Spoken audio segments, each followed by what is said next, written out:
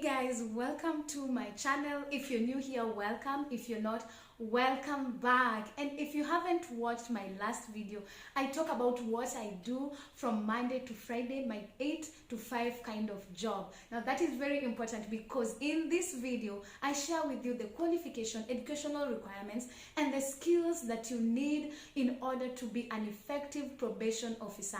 Now if you've clicked on this video, probably you are interested in being a probation officer someday, or maybe working in this field, or maybe you're just curious about how probation work is in Kenya. So thank you so much and welcome, and I hope that you enjoy this video. So on to the educational requirements. Most employers would ask for social science degree. Now social science is just study of science that deals with human behavior in their social and cultural aspects. Now this would include like social work, psychology, counseling, sociology, anthropology, criminology, name them. All those deal with human behavior and how they interact in the society. Now those are mainly the requirements that employers ask for in this field. Now let's go to the skills, because they are very important skills that are needed in order for you to be effective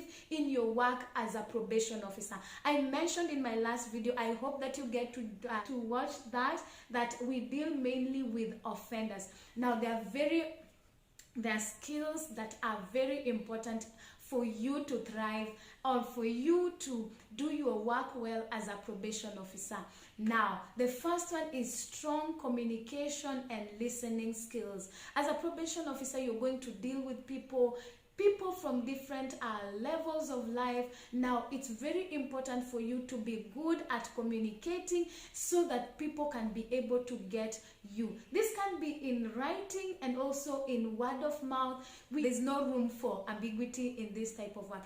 And listening is very important, because as a probation officer, you're going to be listening more and trying to decipher what someone is saying, because all that information, you're going to put it down as you write your report and sending it to different penal institutions that would require them. Another important skill that you need is decision-making skills. This one would require you to be very confident, to commit to a course of action, and that you are able to deduce the possible outcomes of the decisions that you make, because you're making decisions for this offender and you are recommending, or probably not recommending them.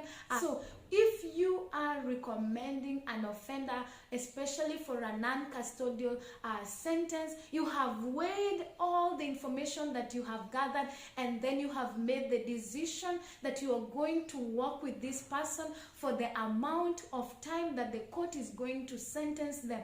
Then you must commit to finish the course of action that you started with, because before you make a recommendation, you already know what you want to do with this client. And this one, you have gathered information, you have done all that. So it's very important for you to be confident in the decisions that you make as a probation officer, because it affects an individual, and probably it does affect the people that are around him or her. And at the end, you want this person to change.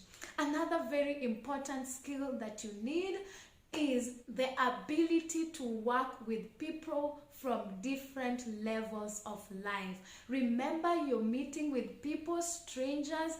You're just meeting for the first time in court, and you have to make decisions about them. Now when you talk to them, you are going to meet people from the low status of life. You're going to meet people from the high end of life. But then as a professional, you have to know how to work with all of them. There's no room for deciding the kind of clients that you meet. So it is very important for you as a probation officer to know how to adapt well to the different kinds of people that you meet. And this one is also not just for the offenders, but also in your work environment, and also the kind of people that you're working with, because we work with children. You'll work with children officers, you'll work with magistrates, you'll work with judges. So it's very important for you to carry yourself well, befitting the people that you are surrounding, you have at that time surrounded yourself with. Another very important skill that you need is the ability to create strong relationships and strong networks. And this is basically for the benefit of an offender, because as a client comes into you, you are not a one-stop shop for them. At times you may need to refer them to a certain organization that deals with this, or maybe a certain company that deals with this, or maybe, you know, all those things. So it's very important, because you as a probation officer are a link to these persons. You are required when you go out, and this when you go out in your social networks, or maybe in your networking, or maybe when you go out in an event, it is very important for you to collect information and know who you are networking with, because at the back of your mind you're thinking, what can benefit my offender? Maybe you have a juvenile that is in need of education, and maybe this organization is helping children, or maybe girls who are out of Boston institutions. Now you as a probation officer can come up as a link. Probably this juvenile offender is not able, their family is not able to provide school fees for them. Now you act as a link between the offender and this organization, and through you they are able to continue with their education. And this is just not about education. Probably it's about talents, it's about employment, it's about shelter, it's about all those things. So your work is mainly to link them and to find these opportunities and networks for them, so that they can be able to continue with their lives as normal. Another very important skill that you need is interviewing skill. Now a lot of probation work is just about interviewing and gathering information. Now when you're interviewing, when you're gathering information, this one you are required to this information, you will synthesize it and just know what to put down on paper, so that you can take to whatever institution that has requiring of a report from you. Now when you're interviewing, of course you have your notebook with you there, or maybe you're doing it digitally, you're recording, but just know what not to miss out, and you know, things that you shouldn't miss out. And then another, it's very important for you as a probation officer to be able to learn not only what the offender, or maybe a significant other is telling you, or maybe a victim is informing you, but you are able to even get the body language of these people that you are interviewing, because they communicate a lot to you when you're doing your report. So it's very important for you as a probation officer to be a master in interviewing, and not just gathering information, knowing what information to take and what is not important in your gathering of information. Now this one is closely related to the other skill that you need. This one is report writing and basic computer skills, because we work a lot with generating information, generating the various reports that are needed by the courts. So it's very important for you to know how to put down the information on paper. So grammatically you must be correct, and just know how to flow your words, so that there's no room for ambiguity. It doesn't seem like you're saying this while at the other time you're saying this. Like you're someone reading your report should be, or maybe a sentence should be able to get what you say in an instance. It shouldn't be a matter, did they mean this or did they mean this? Because remember, this is a life of someone you're dealing with.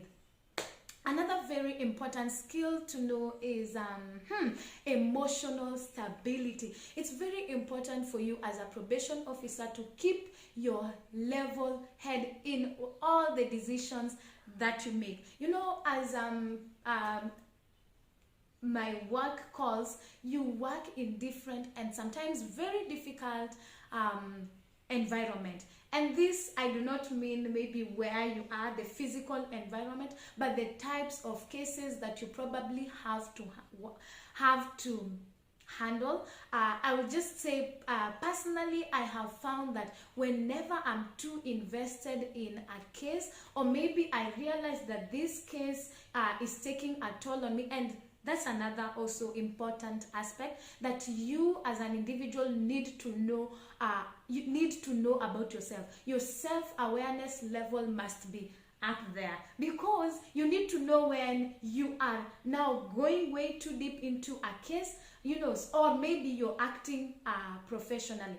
So I was saying, personally, what I do, if I find that maybe this case is maybe weighing me down, or maybe I'm invested so much in this case beyond the normal, what I do, I would call my colleagues and we'll just do something, a case conference, and I just let it out to them. I'm dealing with this and this case, and this is what I'm feeling. Please, guys, help me understand. Am I going way too deep? And even before I even let it out to them, asking them if I am if I'm being invested much into the case, I just want to hear them. I want to hear their opinions before I even tell them how I feel about it. Then I'm able to weigh how I am doing regarding that case. And at times, if it's too much for me, we have a very good working relationship at the office, such that I'm able to tell a colleague, please, do you mind doing this case for me, because where I am, I cannot be able to do it. And at times you might find that probably a case is triggering emotions in you, because at the end of the day, we are not robots. But I believe that it's very powerful if you are able to recognize that, and then you're able to seek help, because at times we suffer if we do not seek for help, and help is just within reach. So it's very important for you as an individual to cultivate a good relationship with those that you are working with, so that you are able to seek for help where need be. And emotional stability would also help you make the right decisions concerning a client, or concerning an offender, or concerning a victim. Okay, so it's very, very important to note that. What is the other skill?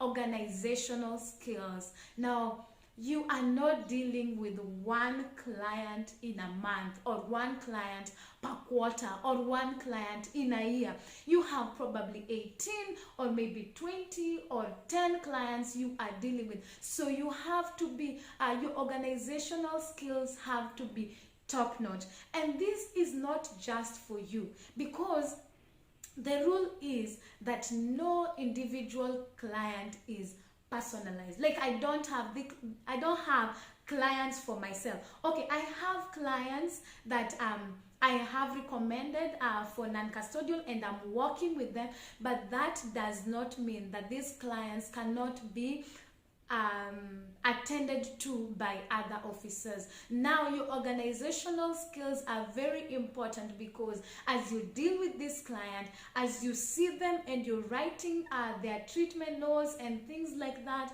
someone else can be able to take my file, the file of my offender, and see how I am doing with them, and they are able to attend to them without me being there. I don't have to feel like these are mine. I put them under lock and key. If I'm not there, someone else cannot. No, it's not like that. So it's very important for you to organize yourself, the way you write, the way you put down what they tell you, the way you have arranged the files, so that you are not the only one who can deal with them. Someone else can be able to attend to them. This will happen because I may not be at the same station forever. Transfers happen, and I may be needed to work in another environment. The same should happen. This will also help with transition, so that when someone else comes to deal with my files,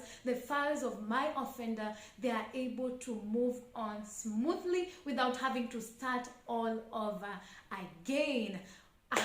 There's something else that I needed to say. The use of theories. Now, if you're a social scientist, theories are no problem to you. Now, you use theories because theories just help to find out the patterns, or maybe the outcomes of a certain behavior. So theories, they say theories should be at your fingertips because you're going to use them. And it's not that when a client comes in and maybe you found a referral has been made to you, and then you start going to your books looking which theory am I gonna use, because you've done this, or maybe you've studied these theories are things that maybe just come out. And it is possible that you use theories even without your knowledge. So theories are very important. If you're in school and you desire to be in this field, it is very important to have theories, labeling theories, strain theories, all of them. Yes, those theories are very important because they come in handy when you're dealing with these crimes or maybe with offenders. Oh, another thing I needed to mention is that it is very important for you as a probation officer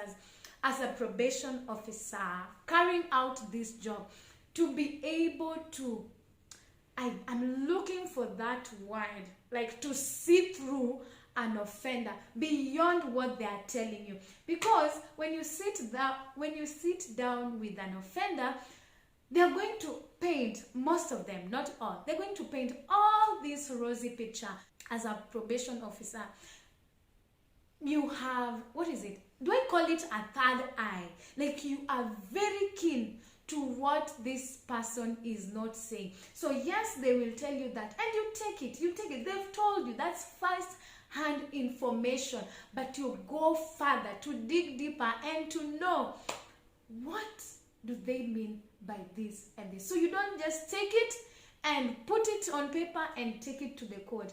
You'll find that you are the laughing stock, because what you find on the ground and what probably this person has told you, because we all want to paint ourselves in the best pictures possible. So it's very important for you as a probation officer to have many sources of information to corroborate with what this person is saying. So don't just go with the information that has been given to you. Do your research, go further, find out more about what they are saying. This could be from their families, from where they work, from the church they attend to, from the village they come from. All this will help you to know more about the person. So what this does, when you're able to decipher information and know what to put down in a report, the other important thing that you do as a probation officer is to assess the needs of the client. Now, you're not able to do this if you do not have the right information. And need assessment is a very, very important tool, because this will help you in knowing how to intervene for this offender. So need assessment will include things like educational, mental health, substance abuse, or occupational needs, or even